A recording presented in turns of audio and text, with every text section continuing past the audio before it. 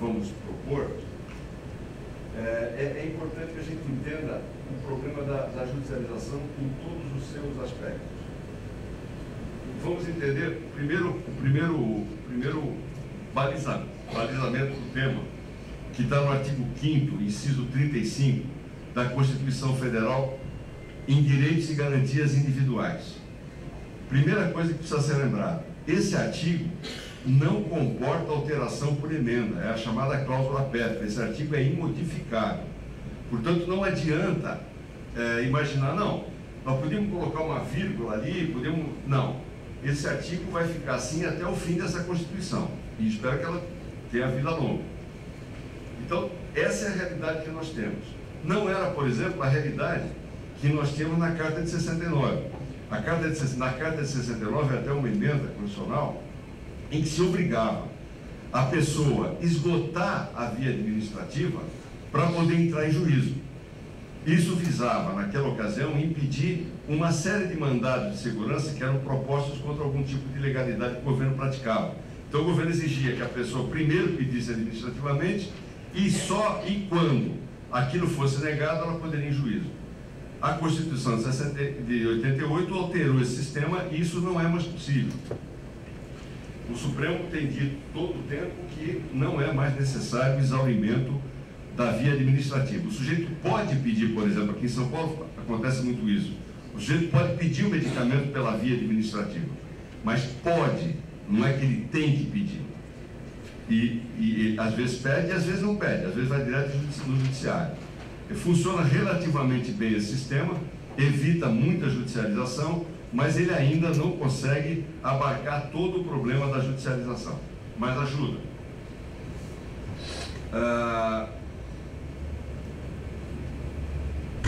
Em recente debate, nós fizemos um debate, os componentes do Fórum da Saúde, fizemos um debate na semana passada com ministros do STJ, da área civil do STJ, que cuida mais desse tema.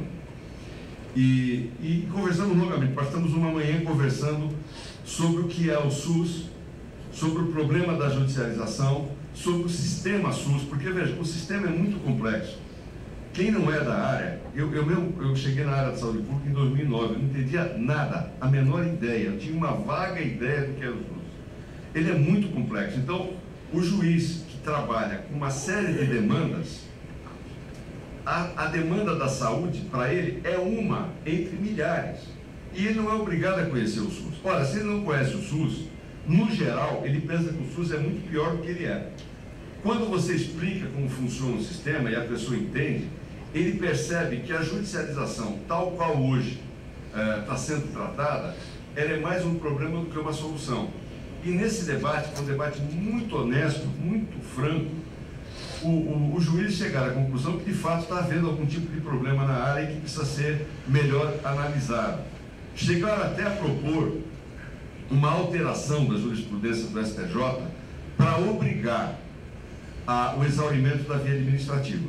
Que a pessoa tenha que ir até... Mas isso é uma proposta que ainda vai ser discutida entre os ministros para haver uma alteração jurisprudencial. Isso daqui, se der tudo certo, daqui a alguns anos. Mas, por enquanto, isso não é assim que funciona. Mas foi um debate interessante, porque o STJ tem tomado uma série de medidas que nós vamos ver lá na frente, que são bastante polêmicas, algumas boas e outras muito polêmicas. Agora vamos analisar o outro artigo que tem a ver com o nosso tema, que é o artigo 196. A saúde é direito de todos e dever do Estado. Parece que os juízes e alguns juristas, a mente para aí. Parece que não tem uma vírgula, uma continuidade. Porque todo mundo fala, a saúde é de todos os deveres do Estado. Muito bem, mas não é assim. Como é que é isso? Todo mundo esquece que é garantido mediante políticas públicas e econômicas. Essas duas expressões, se forem levadas ao seu real entendimento, na minha maneira de ver, impediriam ações individuais. Não existe ações individuais na França, na Inglaterra, por exemplo. Veio um brasileiro, me foge o nome, né? Eu estou com o nome, acho que é o nome de Alzheimer, o nome está meio ruim para mim. Mas ele veio na Unifesp, e ele é um brasileiro que na época da ditadura precisou sair do Brasil, e hoje ele está na França, trabalha na França, e ele veio falar do sistema francês. Falou, e ao final alguém perguntou sobre a judicialização na França, e ele simplesmente não entendeu a pergunta. A pergunta precisou ser explicada, porque ele não tinha a menor ideia do que era possível. Isso não existe, não, ou entrar com ação individual. Então, veja, se você analisar o 196, a saúde é direito de todos e dever do Estado, mas não é pela judicialização, é por políticas públicas que são efetivadas pelos governos para que todos tenham direito àquela saúde possível entre os brasileiros. Então, isso não é uma coisa de entrar com ação, porque o que o governo tem que garantir é políticas públicas que façam que todos tenham o direito à saúde. É isso que fala o artigo. Não é, ele não para, tem uma vírgula, ele continua, então não para na primeira parte. E outra, e olha que coisa interessante como o Constituinte foi sábio. Não só políticas públicas, e econômicas. Porque o Constituinte claramente viu que não adianta política pública se houver uma política econômica recessiva no país, porque você não consegue dar saúde mínima para todos. Então veja, esse artigo 196, quando ele fala em políticas sociais e políticas econômicas, ela tem que ser analisada em conjunto com o artigo 3º. O artigo 3º da Constituição estabelece quais são os objetivos do Brasil. Isto é, por que o Brasil existe e para quê? O artigo 3º estabelece que o Brasil existe, entre outras necessidades, para diminuir a desigualdade social, combater a miséria, combater a pobreza. É para isso que o Brasil existe. Então, toda política pública, econômica, que vai em sentido inverso, ela atinge a Constituição. Então, por exemplo, nós vamos ver um pouquinho mais na frente, a emenda constitucional 95 que congelou os gastos de saúde. É uma tragédia, é uma coisa infame. É uma política pública claramente recessiva. Claramente, ela não diminui a desigualdade, claramente, ela não diminui a pobreza. Tanto que está sendo questionada no Supremo. E o Supremo, que é tão loquaz, atualmente, tão falastrão, vai ter que analisar essa questão à luz da Constituição, para dizer se isso é constitucional ou não é. É isso que ele vai ter que fazer, e está lá com ele já há quase um ano, uma ação direta de inconstitucionalidade, e ainda não teve nem discussão de liminar ainda. Mas vai ter que debater esse tema. Então veja, a saúde é direito de todos, mas por meio de políticas públicas e econômicas que gerem a possibilidade de todos terem direito à saúde. É isso que fala a Constituição. Não é outra coisa que ela fala. Então, só o entendimento correto desse artigo, na minha maneira de ver, impediria ações individuais. Pois muito bem. Outro problema desse texto, que é belíssimo, é a questão do acesso universal e igualitário às ações e serviços para sua promoção, proteção e recuperação. Acesso universal e igualitário. Esse é um problema no Brasil. É um problema desde a nossa fundação. Nós temos no Brasil uma história de desigualdade que nos marca a todos nós até hoje, que vem de 4 séculos de escravidão. Então, se você for nos Estados Unidos, você for na França, o menino estuda na escola do bairro que ele mora e, eventualmente, lá são poucas empregadas domésticas, mas se houver empregada doméstica na casa, o filho da empregada doméstica estuda no mesmo colégio do filho do dono da casa.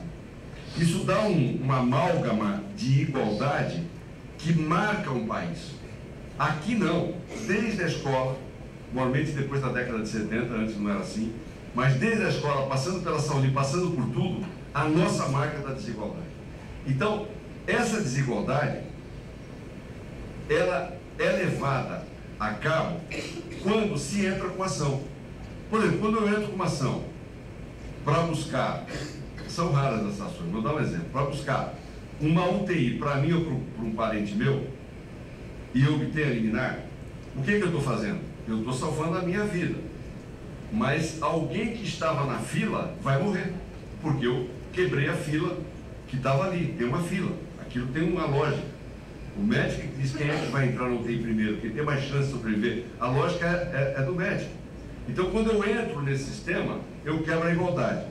Quando eu busco um medicamento que custa por mês 10, 20, 30 mil reais, eu quebro a igualdade. Então, essa incompreensão, veja, para mim só bastaria o 196 para você barrar a judicialização. Mas não é esse o entendimento do judiciário. Majoritário, quase unânime, não é.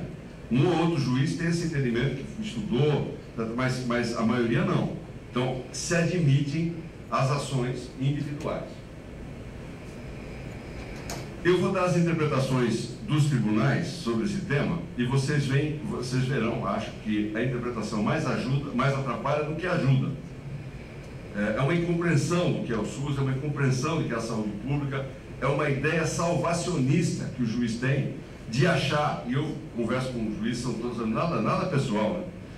Eles falam, olha, o SUS não vale nada, mas esse cara que está me pedindo aqui eu vou salvar. Eu brinco, você salvou esse e matou outro que você não conhece, porque é isso.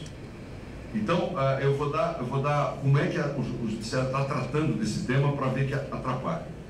Primeira questão é o seguinte: a interpretação atual do Supremo Tribunal Federal e dos tribunais inferiores é no sentido da responsabilidade solidária dos entes federados.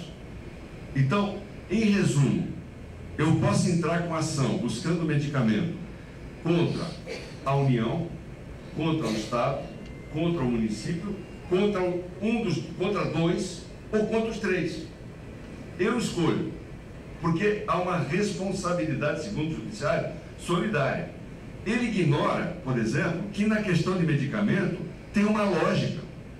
O município de Cabrobó, ele não pode ser responsável por pagar um paciente que mora em Cabrobó um medicamento de altíssimo custo, por exemplo, na questão do câncer, que ele quebra a Secretaria de Saúde.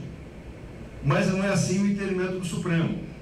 Alguns advogados muito corretos, quando contestam a ação, aqui o nosso advogado e médico, eles falam o seguinte: olha, da Prefeitura de Cabrobó, vamos continuar com esse exemplo, falam, olha, isso não é da Prefeitura, eu quero chamar aqui a União e o Estado, para que eles entrem como réus da ação.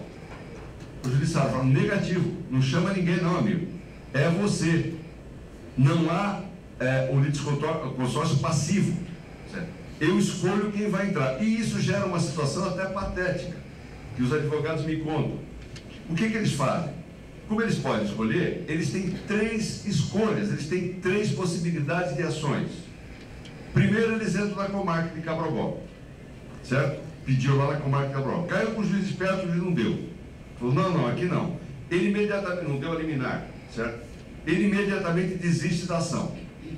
Não teve contestação, a parte não soube que entrou com a ação, desistiu, ninguém sabe daquela ação. O que ele faz? Entra na Fazenda Estadual contra o Estado.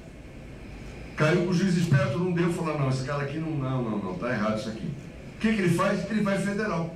Então ele tem 3 chances de receber uma liminar. E ninguém controla se ele já entrou, os sistemas não se falam. O estadual não fala com o federal. Então não há possibilidade de saber que ele já entrou com a ação.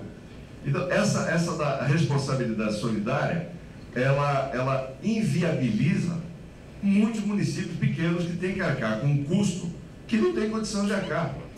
Quebra o sistema de saúde de determinado município. Mas esse é o entendimento pacífico do Supremo.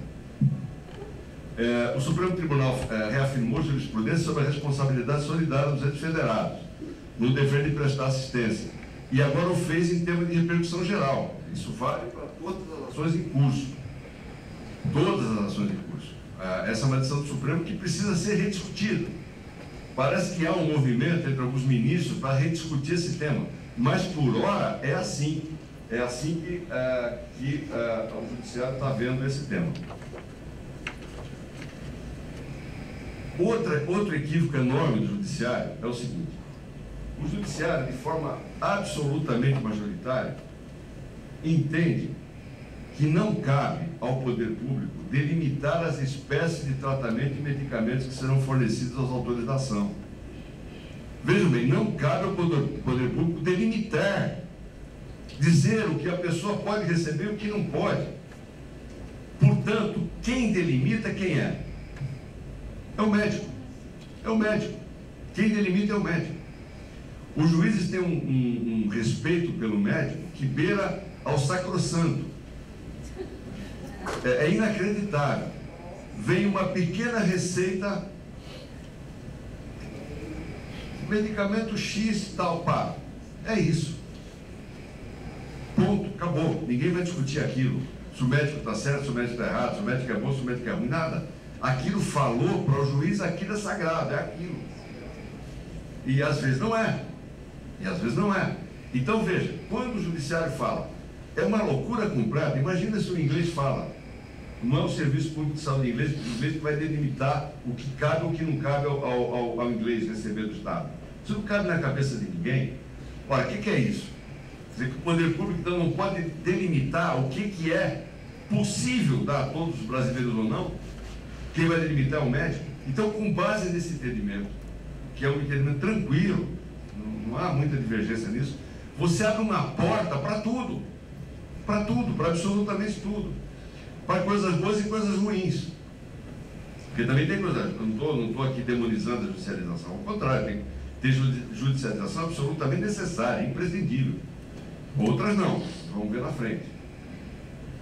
Eu peguei aqui um exemplo de uma jurisprudência do Supremo, que tratava do município de Aracruz, do Espírito Santo, com algo em torno de 100 mil habitantes. O Tribunal de Justiça fala o seguinte: cabe ressaltar que é vedado ao poder público delimitar as espécies de tratamentos e medicamentos que serão fornecidos aos necessitados. Necessitado não é pobre, necessitado no sentido de quem necessita, devendo ser atendidas todas as demandas imprescindíveis à efetiva garantia do direito à saúde, ao bem-estar físico, psicológico e mental e à dignidade da pessoa humana. Então veja, é uma ideia equivocadíssima, completamente equivocada. Quer dizer, é o judiciário que vai dizer o que vai dar para cada um, da onde vai sair o dinheiro. Isso é uma irresponsabilidade completa, mas é assim que é. O argumento subjacente, que nunca é dito nas sentenças, nunca é dito, ou raramente é dito, mas que os juízes conversam e falam, eles falam claramente o seguinte: amigo, o SUS não presta, o governo não presta, é um governo de ladrões. Ora, se é um governo de ladrões, eu pelo menos resolvo o caso desse homem aqui, porque se não resolver, o governo vai roubar esse dinheiro. É isso que eles falam, basicamente. Eu peguei uma jurisprudência em que o sujeito escreve isso. Veja o que ele escreve. Esse é lá do Espírito Santo.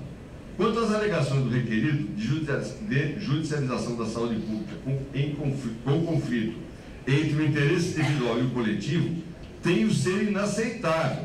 Eis que não se pode admitir que não se tem verba, afinal, sobra dinheiro para obras e festas que interessam a minoria da população. É o que o juiz está falando. São malandros, são criminosos, roubam tudo. Portanto, se roubam tudo, ou eu dou para esse homem, eles vão roubar o dinheiro. Eu acho isso uma coisa altamente perigosa e um equívoco enorme, enorme, enorme. Você partir do pressuposto que todo o servidor público, todo político é ladrão, é uma coisa infame, infame, completamente infame, injusta. Porque quando você coloca todo mundo na mesma roda, você coloca na mesma roda um cara que não rouba com um cara que rouba. É a mesma coisa. Então depende. Tem político ladrão? Tem, mas tem também que não rouba. Então calma. Calma, não é assim, não vamos generalizar, porque senão vira um melê geral no país. Mas é assim o pensamento.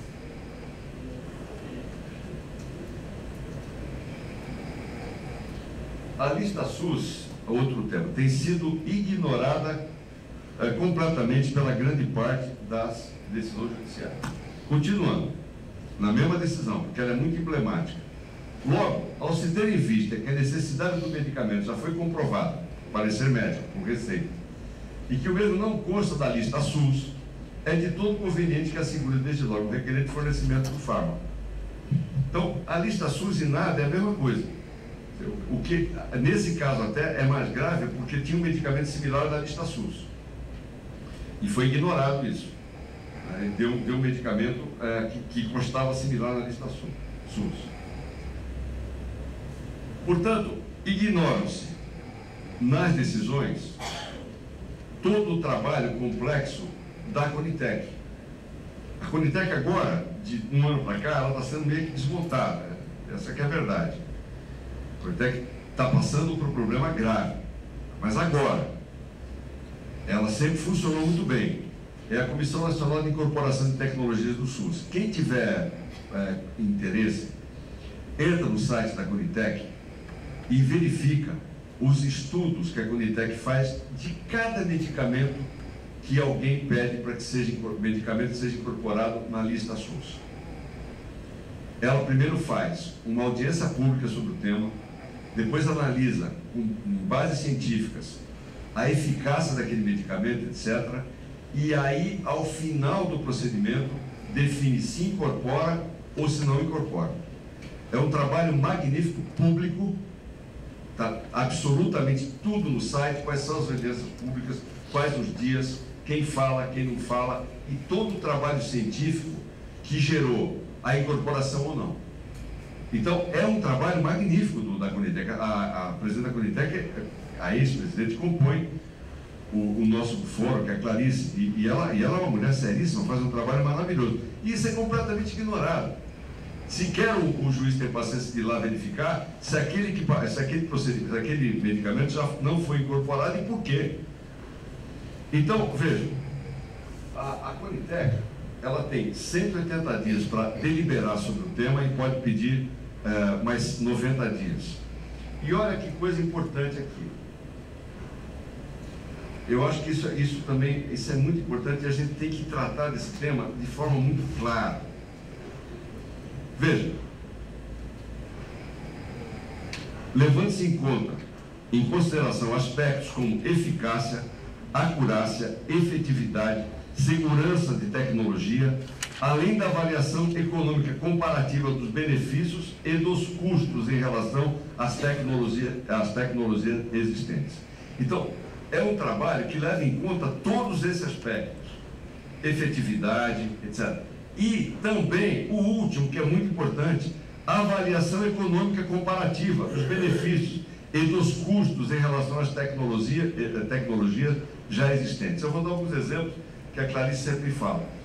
Eu não vou citar os medicamentos, que vocês têm vários médicos aqui, eu vou falar bobagem, não vou errar no nome, mas tem alguns medicamentos para câncer, que não, evidentemente não estão na lista SUS, que são caríssimos, mas caríssimos, e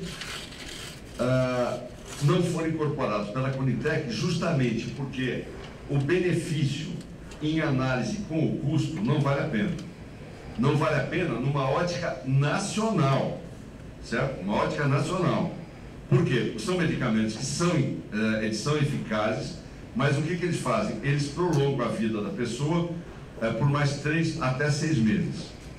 Olha, se eu tenho câncer, eu quero ver mais 3 ou 6 meses, não há dúvida nenhuma. Agora, a análise da Conitec é saber se esse custo vale a pena, se vale colocar isso dentro da lista Rename, se vale colocar isso para todas as pessoas que têm esse problema, porque o custo é muito alto.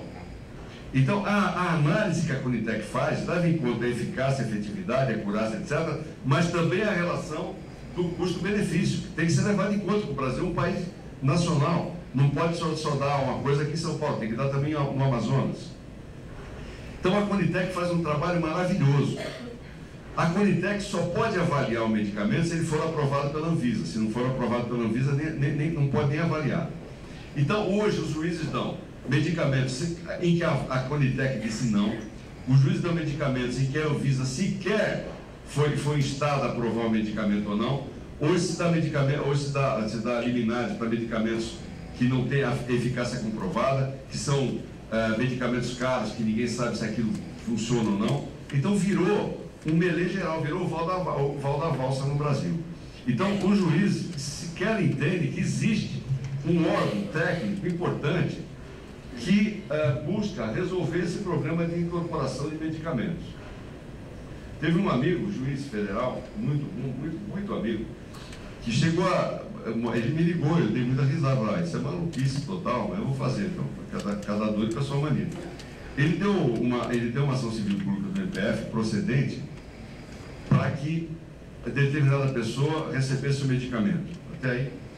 Mas foi além. Ele exigiu que a Conitec incorporasse o medicamento na lista Rename.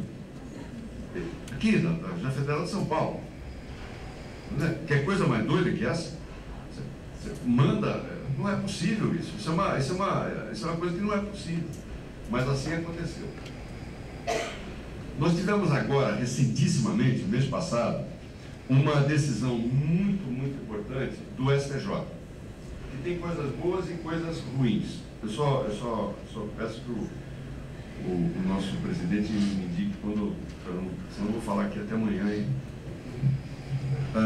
O STJ fez uma decisão muito interessante pela primeira sessão. Qual é a primeira sessão? É a sessão civil. Tem a sessão civil, a sessão de difusa, a sessão criminal. Então, a sessão civil do STJ inteira se reuniu e deliberou esse novo parâmetro. Vejam bem, no dia 25 de abril, a primeira sessão do STJ, Superior Tribunal de Justiça, definiu que a concessão de medicamentos não incorporados, portanto não colocados na lista, em atos normativos do SUS, exige a presença acumulativa dos seguintes requisitos. E listou os requisitos. Ele deu uma...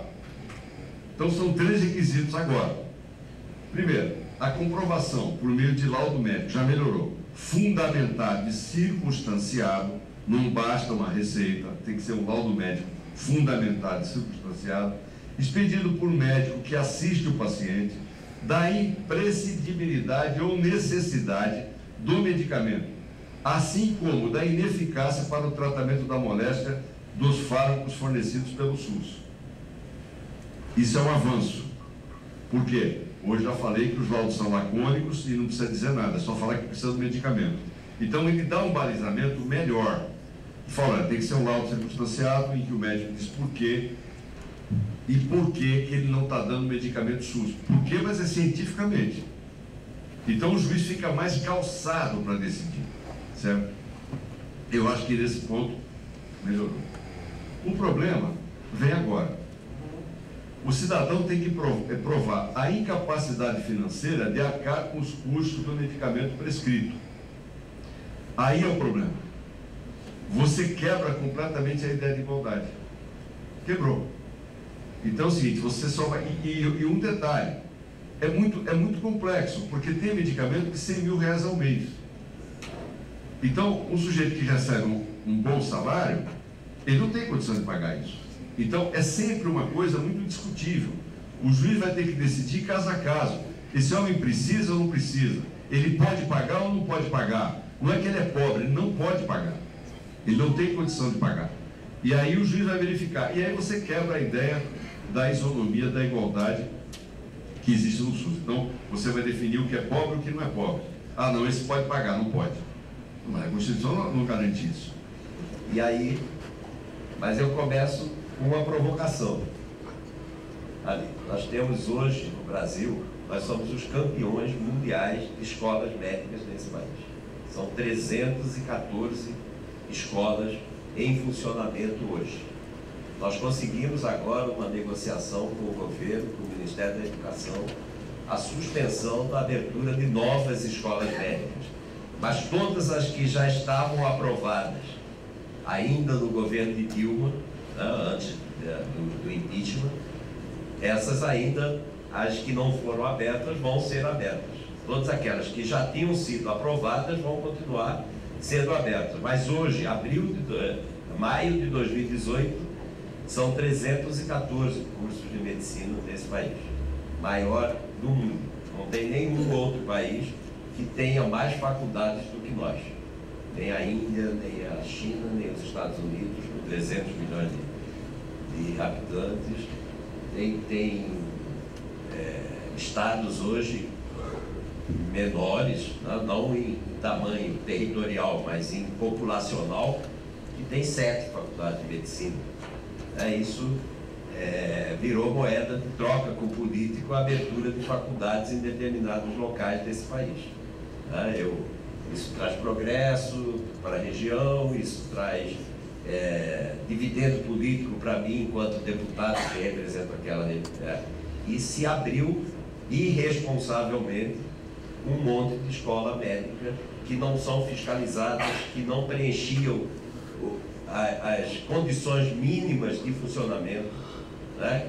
Você não vê, você vê abrir escola, você não vê uma notícia de que alguma escola foi fechada. Não se fecha escola. Então é isso, nós temos 133 novas escolas médicas entre 2013 e 2018. São 35% delas são públicas e 65% privadas. E elas estão distribuídas em 202 municípios do nosso país. Eu sou de Mato Grosso, eu sou pediatra, represento Mato Grosso no Conselho Federal. Mato Grosso ainda é um dos estados que tem menos escolas médicas, por incrível que pareça. Nós tivemos durante muito tempo 2 escolas médicas em Cuiabá e agora surgiram algumas outras públicas e privadas em outros municípios do estado. E ainda temos um outro problema com a população médica que vai ter nesse país muito em breve, que já tem e muito em breve vai aumentar.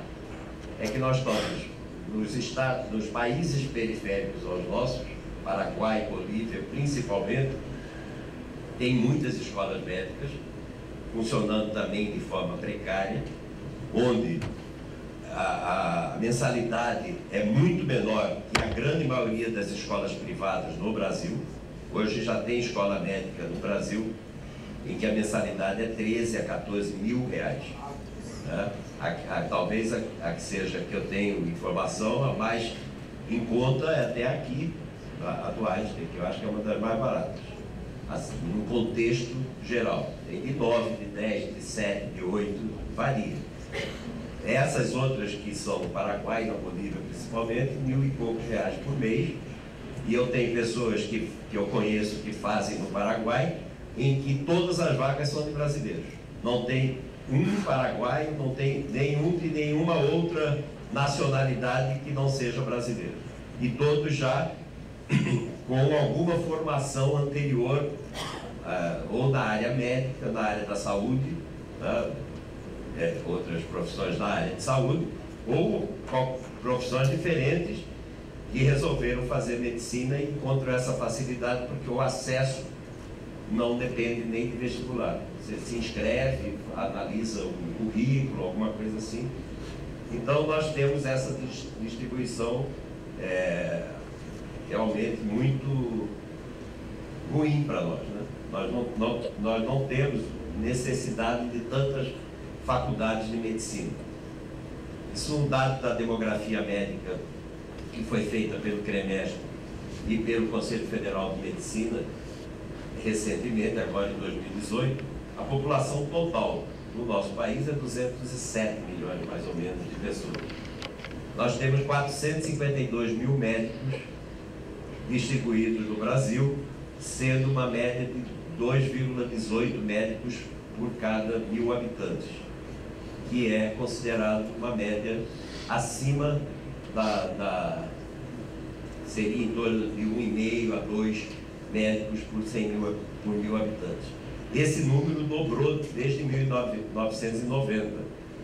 Só nos últimos, de 2010 a 2017, foram mais de 100 mil médicos que vieram para o mercado brasileiro. E a estimativa é que em 2020 nós tenhamos 500 mil médicos atuando no Brasil. E aí os problemas éticos na atuação do médico vão aumentar. Por quê? Primeiro, distribuição desses médicos no mercado. A disputa do médico para ocupar o mercado vai ser uma coisa que vai ter espaço e não resolve o problema da distribuição do médico. Porque a grande maioria desses médicos que formam no grande estado de São Paulo, em outros estados maiores, investe, uma família investe 14 mil reais por mês para formar um médico. No final, um patrimônio de uma família pode ser usado para isso. e a expectativa é de que esse patrimônio se recupere. Infelizmente, nós não temos políticas públicas nesse país para fixar o médico aonde realmente não tem médicos, aonde realmente precisa que o médico atue, que são nos municípios mais afastados dos grandes centros.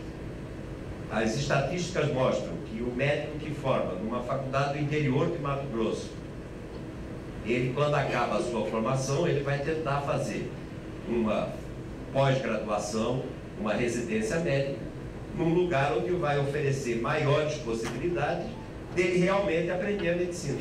Porque essas faculdades, infelizmente, depois de 6 anos, não dão a formação necessária para o médico sair e ir ocupar o mercado. Então ele vem à procura e normalmente, mostro também os números, que ele se fixa naquele lugar para onde ele se move para buscar a sua formação. Então nós vamos ter, e aí os advogados e os conselhos de medicina vão ter muito problema. Eu já vou estar quase aposentado, porque ainda não resolvi se permaneço no Conselho Federal ou não na próxima gestão, possivelmente não, e vai ter muito problema. Então a gente tem que analisar a questão do exercício ético da medicina sobre esse aspecto, sobre o aspecto da superpopulação de médicos nesse país, mal distribuídos, mal formados, e aí quem vai sofrer com isso, infelizmente, é a sociedade, é a população que vai depender dos serviços desses profissionais. Eu trouxe aqui uma questão mais prática para mostrar para vocês a estatística da nossa questão judicante do Conselho Federal de Medicina. Nos últimos 5 anos, e aí, de 2016 para 2017, houve um salto considerável de recursos, que o Conselho Federal é apenas um órgão recursal. Né? Toda a questão judicante, toda a questão processual, ela corre nos conselhos regionais, desde o protocolo de uma denúncia até o julgamento dessa denúncia que chegou lá numa fase de sindicância e se transformou em processo, ela é toda feita no Conselho Regional. O Conselho Federal é apenas um órgão recursal. Qualquer das partes que não ficou satisfeita com o resultado do Conselho Federal, do Conselho Regional, ela pode recorrer ao Conselho Federal. Então nós só analisamos recursos e muitos dos processos não saem daqui. Por exemplo, São Paulo, que julga 800 e tantos processos anualmente, não são todos os 800 processos que vão a recurso no Conselho Federal. Então o número de processos circulando no Conselho Federal é menor que o de São Paulo. Então, nos últimos 5 anos, foram apenados no Conselho Federal, porque já que é um órgão recursal, nós podemos reformar ou não a decisão do regional, nós apenamos 1.709 médicos nos últimos 5 anos e agora até março, abril desse ano, agora de 2018. Foram absolvidos 722 médicos. E o total de processos julgados foram 2.193 nos últimos 5 anos. Vocês veem que houve aqui, em 2013, nós julgamos 433 processos. Aqui caiu um pouco, 357, 388. Em 2016, 383. Em 2017, 400. Esse ano, em abril, aqui, de 2016 para 2017, nós tivemos um aumento de 47% no número de recursos no Conselho Federal. E julgamos mais ou menos o mesmo número do ano anterior. Então, houve para esse ano agora, no começo de 2018, um acúmulo de processos, com os 47% de aumento, e nós temos julgados o mesmo número, houve, logicamente, um acúmulo. Então, esse ano, eu pedi levei à diretoria do Conselho que nós precisávamos fazer umas plenárias extras de julgamento, porque não íamos dar vazão àquele número de processos que estavam tramitando no Conselho. E aí fizemos uma plenária extra. Nós temos uma plenária mensal, onde se reúne os 27 representantes, né? De cada estado tem um representante e mais um indicado pela ANP, isso da lei 3268 de 57 que criou os conselhos, e a gente se reúne uma vez por mês, fazemos julgamento na quarta tarde em câmaras, porque não dá para todo o pleno julgar o processo, todos os 27, nós temos 7 câmaras de 4 conselheiros em cada câmara, e a gente julgava em média 35 a 40 processos nas câmaras e mais uns 5 em pleno. O que vai para o pleno? Todas as cassações, é obrigatório para o pleno, não pode ser julgado em câmaras, e os recursos que são não unânimes nas câmaras. Se a minha câmara de 4 pessoas não tivermos uma decisão unânime, é possível que as partes possam recorrer ao pleno do Conselho Federal. Então, é o que a gente julga. Os processos de interdição cautelar também são julgados no pleno, os processos administrativos de doença incapacitante, quando se retira o médico da sua atuação profissional definitivamente, é julgado também pelo pleno. Então, nós julgamos em média 5 processos no pleno a 6. Com o aumento do número e com essa plenária extra que eu sugeri, foi aceita, ainda bem. O corregedor sempre agradece quando aumenta o número de julgamentos nos regionais. Nós já julgamos esse ano, até abril, 232 processos, mais da metade do que nós julgamos o ano inteiro, o ano passado. E eu tenho hoje ainda tramitando em torno de 600 processos éticos. Isso fora as sindicâncias, que também pode haver recurso das sindicâncias. Quando o recurso da sindicância só é permitido quando a sindicância é arquivada e tem um denunciante, ele não concorda com esse arquivamento, ele pode recorrer ao Conselho Federal. As sindicâncias são todas julgadas pelos conselheiros suplentes. Os processos são julgados pelos conselheiros efetivos e as sindicâncias são julgadas pelos conselheiros suplentes, que se reúnem a cada 2 meses.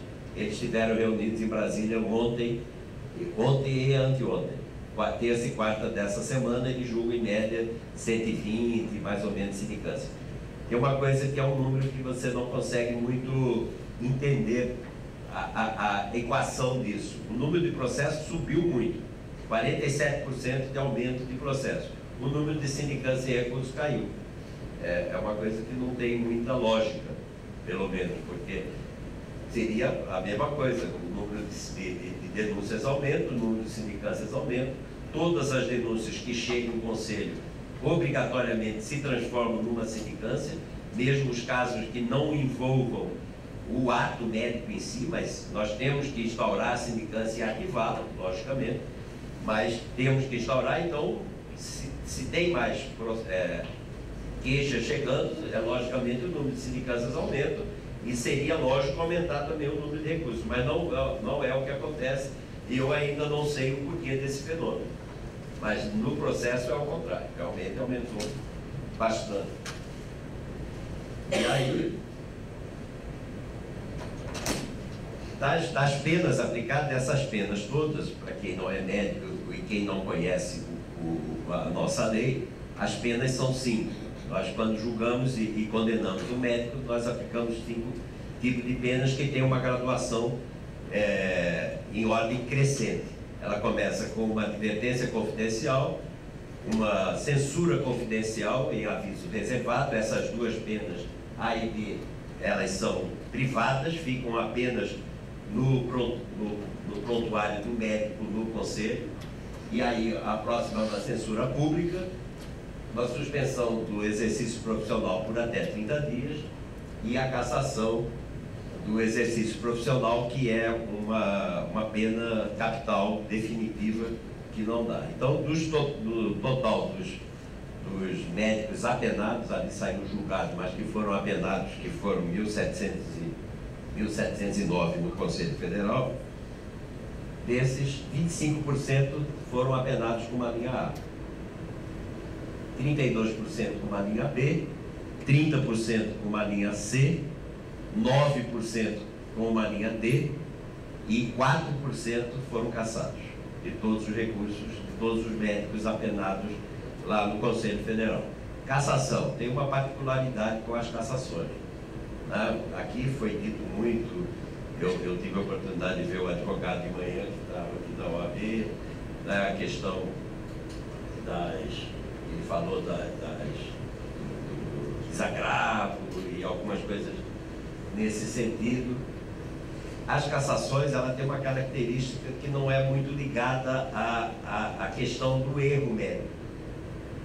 São desses processos éticos que resultaram em cassação, e aí quem milita em conselho ainda, como em São Paulo, que é o maior celeiro de processos do Brasil, essas cassações não acontecem muito por erro médico, né? Elas acontecem muito por desvio de caráter, pedofilia e assédio sexual, contrariando a legislação brasileira, aborto, por exemplo, que nós não podemos, a legislação brasileira não se permite o aborto, então nós não temos como.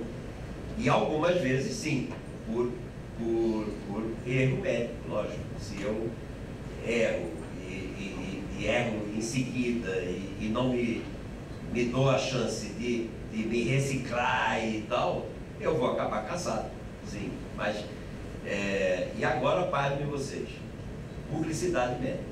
Já temos casos de cassação por publicidade médica, entendeu? Que é hoje o maior gargalo, e aí entram todas as condições que levam o médico a ter um desvio de ética, e aí vai na questão da disputa do mercado, na publicidade.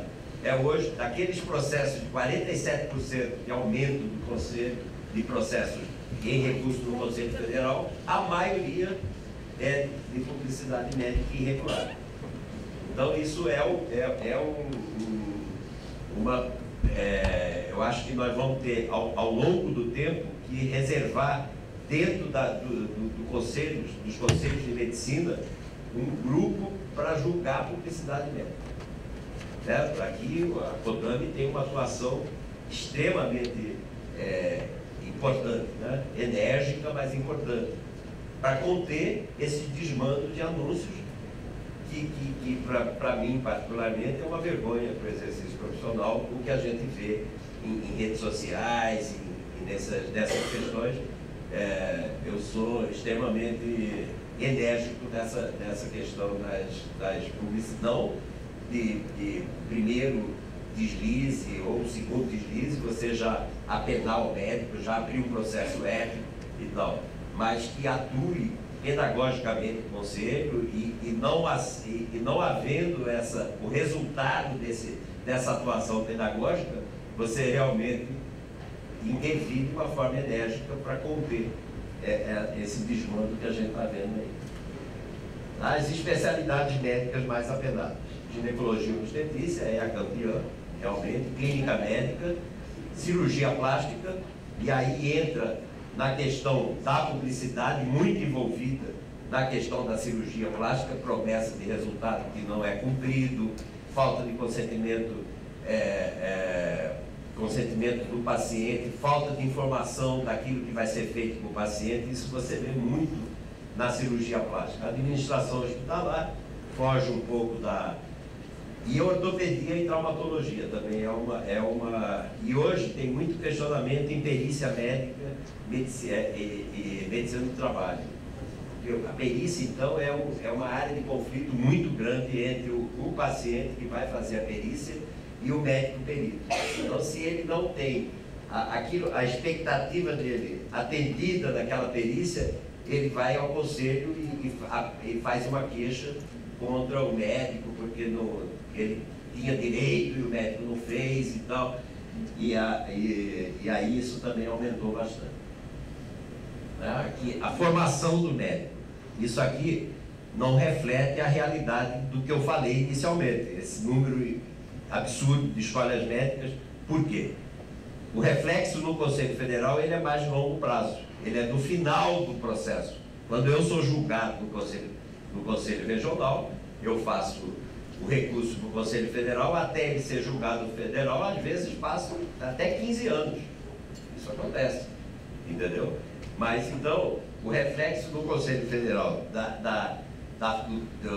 dos anos de formação é menor. A minha amarela aqui é até 10 anos de formado.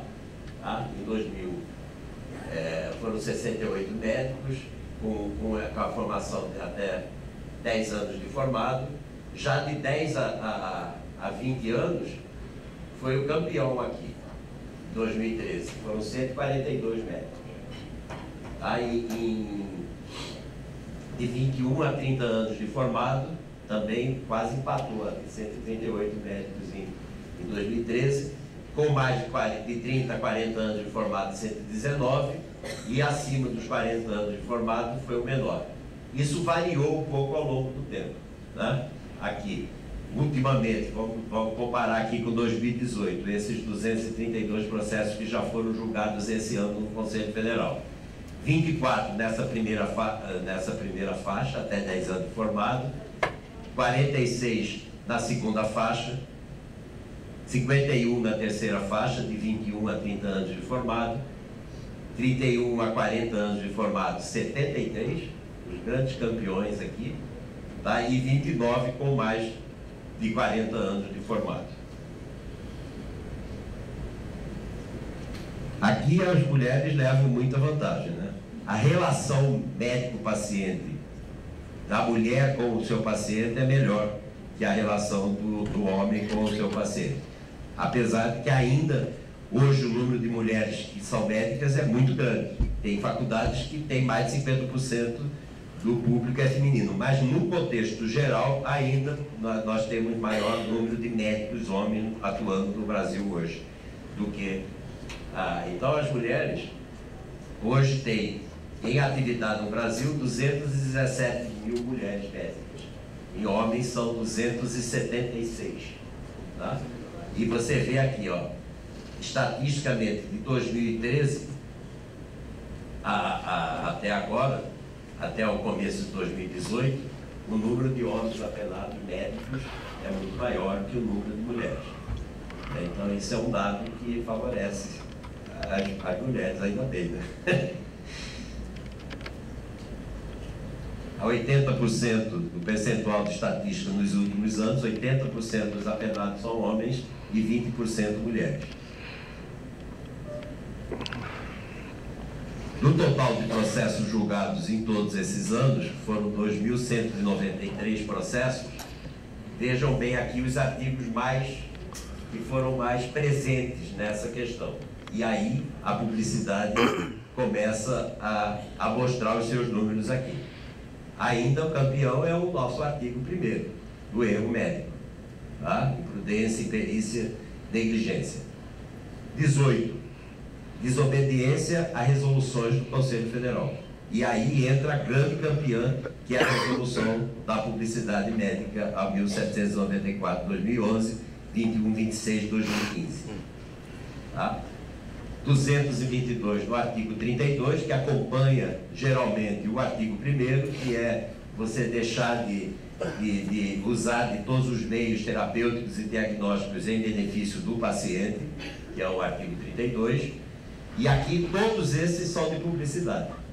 O 80 é concorrência desleal, ele está fora do capítulo da publicidade no Código de Ética Médica, mas todos esses aqui são de publicidade e você é anúncio de especialidade para a qual você não tem a devida qualificação, você praticar atos que não são reconhecidos cientificamente e anunciá-los, porque você pode até fazer a medicina, qualquer ato que está ainda experimental e tal, que você não pode anunciar, mas não é o que na prática acontece. Você faz o que não é reconhecido cientificamente e anuncia. E aí o Conselho toma as providências necessárias para isso. Então, os artigos, geralmente, você vê que eu quis mostrar isso para reforçar a questão da publicidade médica. Estatísticas de infração aos artigos de publicidade médica. Eu pedi para a minha assessoria fazer um só com a publicidade médica nesses anos aqui. No artigo 18, que é o da desobediência, foram 328 processos, tá, de infração, estatística de infração aos artigos. No 112, que é o anúncio da especialidade, 326, 111, 274, e aí vai caindo um pouco aqui até o 118. Então, é a área hoje mais sensível realmente da prática médica, junto, lógico, nunca vai deixar de ser sensível a questão do erro médico. Né? Essa vai continuar existindo. Rapidamente falando do nosso Código de Ética, tem uma história do nosso Código de Ética. Vocês veem aqui, os Conselhos de Medicina foram criados em 1957. Até 1957 os códigos eram todos feitos por associação médica, pelo sindicato dos médicos e tal. O primeiro código de ética que foi já sobre a égide dos conselhos de medicina foi o de 1965, ele vigorou até 1984. Depois nós tivemos o grande Código de Ética Médica, que foi de 1988, que ele só foi revisado 20 anos depois, em 2009, tá? E agora nós estamos fazendo uma nova revisão do Código de Ética Médica, que deve ser finalizado em agosto desse ano, para que em outubro, na época do Dia dos Médicos, a gente possa lançar. Está previsto no nosso Código de Ética, nessa grande revisão de 2010, depois de 20 anos, que a cada 5 anos a gente vai rever pelo avanço tecnológico da medicina e uma série de coisas, mas as mudanças já vão ser muito... Eu faço parte da Comissão Nacional de Revisão do Código. As mudanças que vão apresentar agora no nosso Código que está sendo revisado são muito pequenas em relação ao de 2002 ou de 2010. Uma das coisas que nós vamos colocar, que foi exatamente também o que o advogado de manhã abordou, foi a questão da entrega do prontuário para o juiz. Vai ser permitido e vai estar no código que para o juiz, e ele reforçou muito isso na fala dele aqui de manhã, que o juiz tem o direito de requisitar o prontuário do paciente, mas não as outras autoridades, delegado, mesmo promotor e tal. E nós vamos fazer agora também uma resolução, que até eu vou levar para relatar na próxima plenária do Conselho, que é daqui a 2 semanas, uma para que o prontuário do paciente, quando requisitado, aliás, não é o prontuário, o processo ético, quando requisitado ao Conselho pelo Ministério Público, vai poder ser entregue, retirando do processo aquilo que infringe a privacidade do paciente, que é o seu prontuário médico. Porque tem algumas, já tinha uma decisão do Conselho, através de uma nota técnica do Conselho Federal, dizendo isso para os conselhos regionais, e alguns conselhos estão desobedecendo e está acabando em recurso lá no Conselho Federal. Então nós resolvemos fazer uma resolução que tem um caráter efetivamente mais assim, de ser cumprido, do que uma nota técnica ou um parecer do Conselho. Então nós vamos fazer uma resolução determinando que quando o Ministério Público peça um processo ético, por qualquer razão, ao Conselho, ele possa ser entregue, mas preservando o sigilo do paciente, se houver prontuários e tal. Mas essa resolução não sei nem se vai ser aprovada. Eu estou já adiantando aqui e falando que eu vou ser o relator da resolução do Pleno do Conselho. E a base, o que nós fizemos nessa reformulação de 2010? Foram os grandes, a base da reformulação foi a análise comparada com outros códigos de ética médica de outros países, né? E eu tenho, assim, muito orgulho de dizer que o nosso é um dos mais completos, tá? Mas ele é muito mais abrangente do que a grande maioria dos códigos dos países mais mais desenvolvidos que os nossos, de decisões judiciais, que em 20 anos realmente a medicina evoluiu muito e tinha decisões judiciais que precisavam ser levadas para o código, de resoluções, porque o espaço, o que acontecia? O Código de Ética Médica não contemplava determinada situação. Nós criávamos resoluções no Conselho Federal para suprir aquela falta que não tinha no Código. Então, todas essas resoluções, e aí a publicidade médica, várias coisas, foram anexadas ao Código. Incorporação de dilemas bioéticos, finitude de vida, autonomia de paciente, coisas que também não eram contempladas, nós trouxemos para o Código, e sempre mantendo o esquema clássico de princípios, de direitos e de deveres. O grande avanço do Código é que o Código de 1988, todos eram artigos, os princípios fundamentais eram artigos e tal, e passíveis de sofrerem punições em princípios fundamentais. Quando nós fizemos a nossa revisão, nós passamos os princípios para incisos, eles não são artigos do Código, e não há mais a possibilidade de serem punidos em princípios fundamentais. Isso beneficiou muito os médicos, não é, irmão?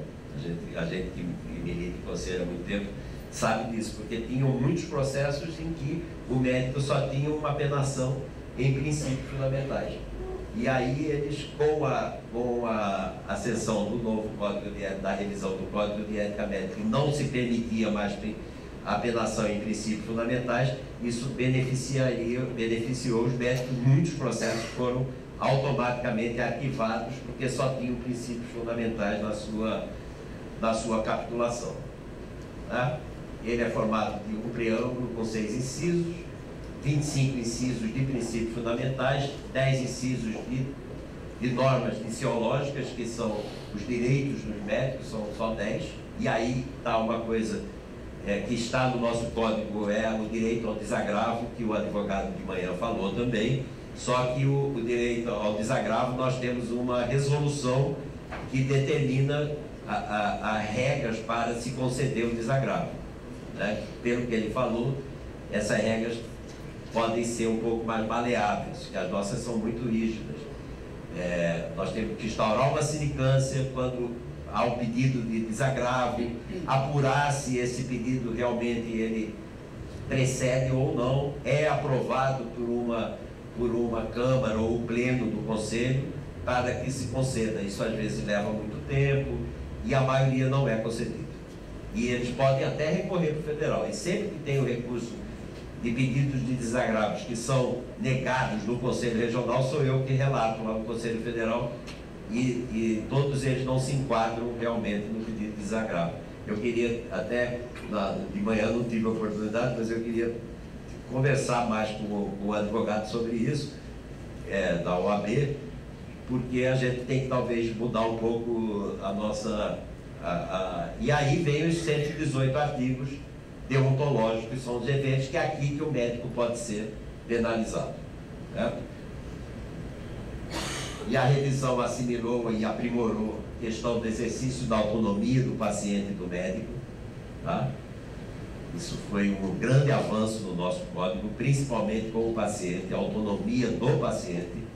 Tá? O abuso da publicidade inescrupulosa, o melhor uso da tecnociência, os conflitos de interesse no exercício profissional envolvendo médico e indústria relacionada. Acabou de sair daqui o promotor e ele foi claro, e muito claro na sua fala, do infelizmente que está acontecendo. É uma quadrilha formada, às vezes, pelo próprio paciente, pelo médico e pela indústria, para ter essa judicialização que a gente tem aqui. Já estão me cobrando aí, eu falei que eu ia falar pouquinho aí, imagina se eu fosse falar muito. Mas então, esse aqui é um problema também, é um problema que quem está chegando ao exercício profissional e vai chegar, vai ter que enfrentar, que é a questão da judicialização. Por que ela aflorou? Porque o Estado não está cumprindo o seu papel. É esse o grande problema da judicialização. Se o Estado tivesse cumprido o seu papel, o executivo e tal, não havia essa brecha para o judiciário. E não é só na judicialização da medicina, de remédio, de vaga em UTI, disso tudo. O juiz manda botar vaga em UTI, não tem a vaga em UTI. Onde é que você vai colocar o paciente? Vai criar uma vaga, porque o juiz mandou. É uma confusão dos diabos. Isso, e o médico fica no meio desse conflito, no meio dessa confusão. Muitas vezes, agora isso também já chegou ao conselho, o médico já passa aí, ó, estou te passando isso aqui, essa órtese é melhor que aquela que te indicaram, você já vai direto do juiz que possivelmente você ganha e consiga. Esse é um médico que eticamente tem que estar, e eu ia dizer para ele aqui que denuncie. Ele vem aqui publicamente e diz que tem médicos que fazem isso. Ele está dizendo que tem médicos que façam isso. Mas também ele tem a oportunidade de chegar aqui no CREMESP e dizer que o médico fulano de tal está de conluio com a indústria farmacêutica, indicando próteses, órteses e não sei o que não são adequadas e tal, e denunciar esse médico. Eu tenho certeza que o conselho vai apurar, né? Então é meio conflituoso você afirmar algumas coisas e também não tomar atitudes proativas para evitar aquilo. E a cidadania, tanto de médicos como de pacientes, com direitos e deveres constitucionais. Vamos lá. A formação do nosso código, e aí está aonde você tem que cumprir, responsabilidade profissional, direitos humanos, relação com pacientes e familiares, doação de órgãos, de transplantes de órgãos, relação entre médicos, remuneração profissional, sigilo profissional, documentos médicos, auditoria e perícia médica, ensino e pesquisa médica e publicidade médica. Lá naqueles artigos tinha o 87. O 87 é a falta de preenchimento de prontuário.